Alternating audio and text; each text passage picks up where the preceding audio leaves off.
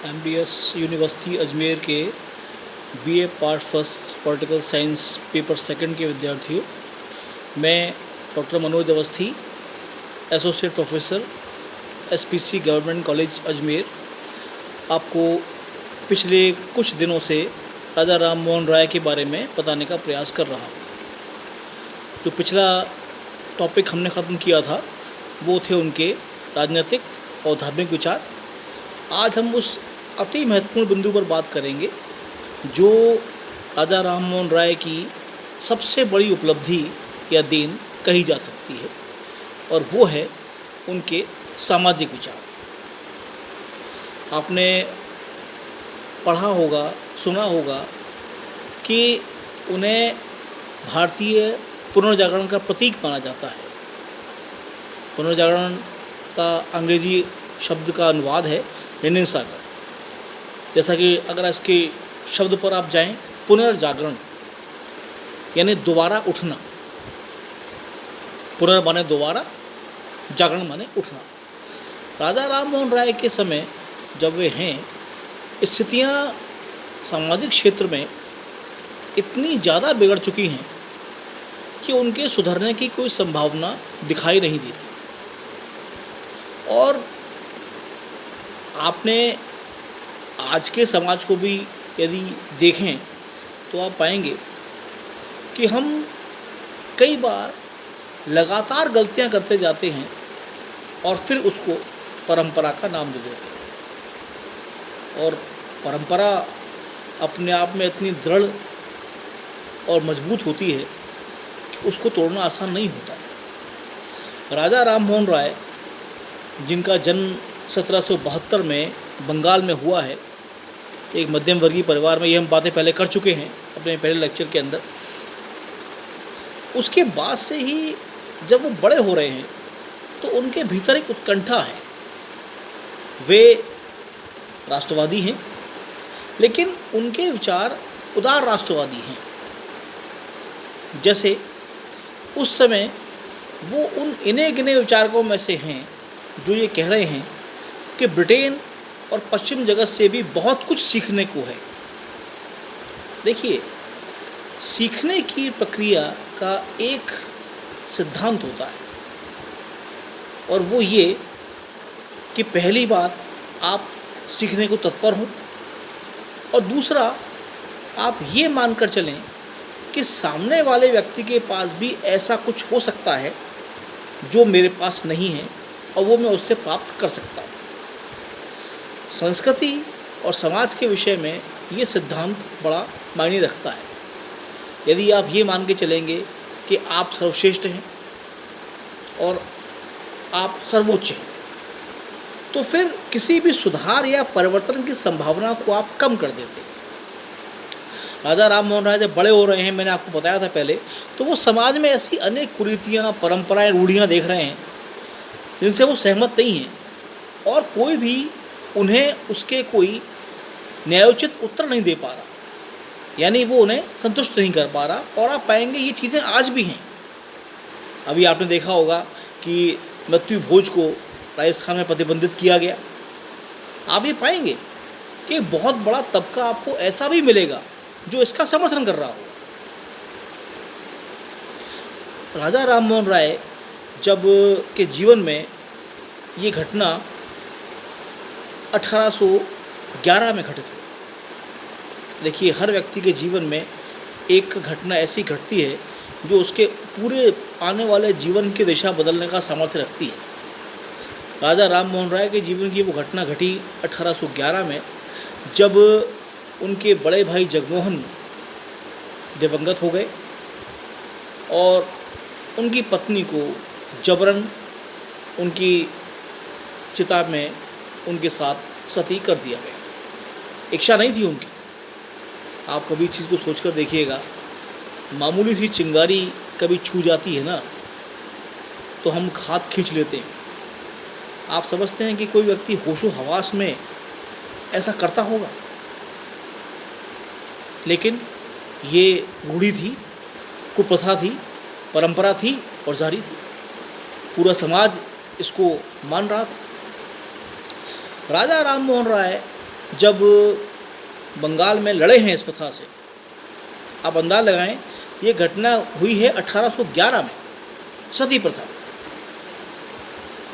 उन्होंने सामाजिक कुरीतियों के खिलाफ जो संघर्ष शुरू किया है, उसमें उन्होंने ये माना है, ये पाया है कि समाज में कुरीतियाँ तो हैं, लेकिन उन कुरीतियों की मात्रा का जो पलड़ा है वो महिलाओं की ओर ज़्यादा झुका हुआ है।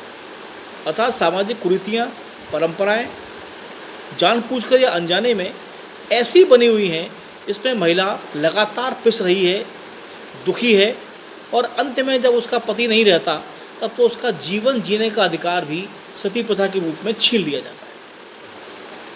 उन्होंने इसके खिलाफ आवाज़ उठाई और विलियम बेंटिक बंगाल के गवर्नर थे, बाद में भारत के गवर्नर जनरल बने। उन्होंने 4 दिसंबर 1829 को सती प्रथा को कानूनी अपराध घोषित किया। यहाँ आप इस बात पर आइए, मैंने आपको पहले कहा था कि राजा राम मोहन राय कानूनी माध्यम से सुधार चाह रहे हैं।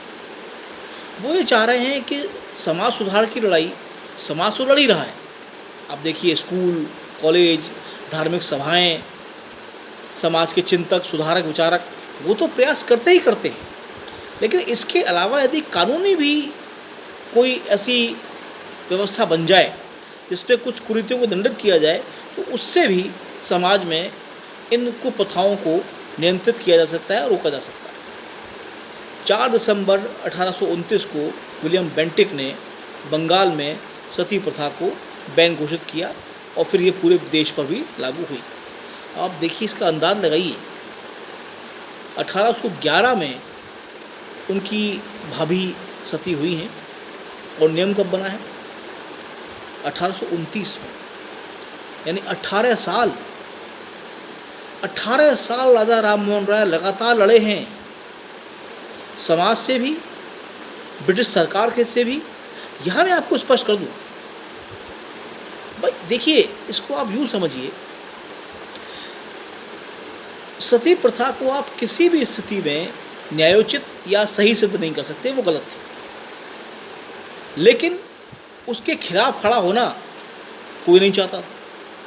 कारण, यदि आप किसी धार्मिक प्रथा को ललकारते हैं, मैंने आपको लेक्चर क्रमांक 1 में बताया था कि उस समय की व्यवस्था ये थी कि सती प्रथा जैसी सामाजिक कुरीति को जोड़ दिया था धर्म के साथ, कि यदि कोई स्त्री अपने पति के साथ सती होती है तो उसको स्वर्ग प्राप्त होता है, जबकि इस कुरीति का धर्म से कोई संबंध नहीं था। राजा राम मोहन राय ने दुनिया जहां की किताबें टटोल मारी, उन्हें पढ़ा, देखा और ये पाया कि ऐसा कहीं जिक्र नहीं है इस चीज़ का। लेकिन जब विरोध शुरू किया तो उसका विरोध और शुरू हुआ।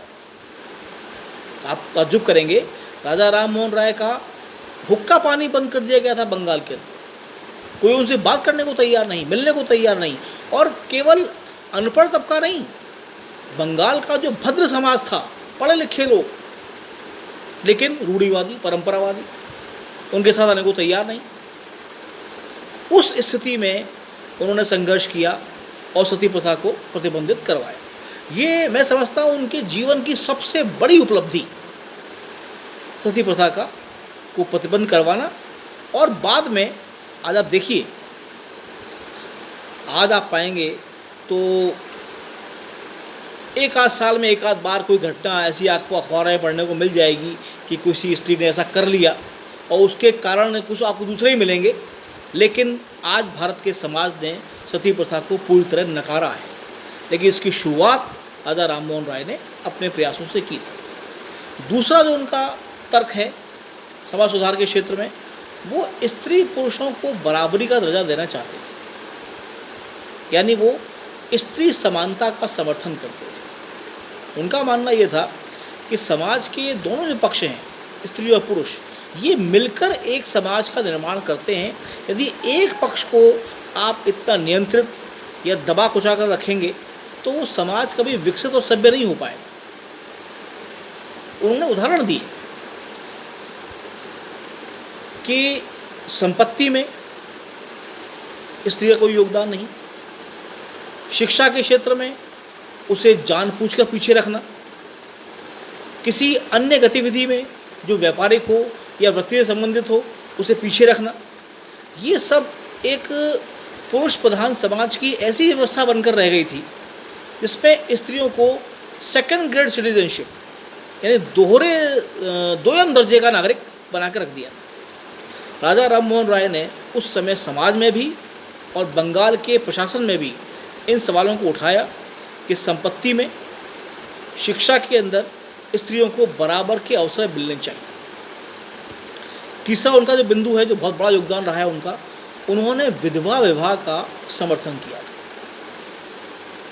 आप आज भी देखिए, भारत के समाज की ये एक बड़ी अजीब विडंबना है कि विधुर का विवाह जितनी आसानी से हो जाता है उतनी आसानी से विधवाओं के विवाह नहीं होते।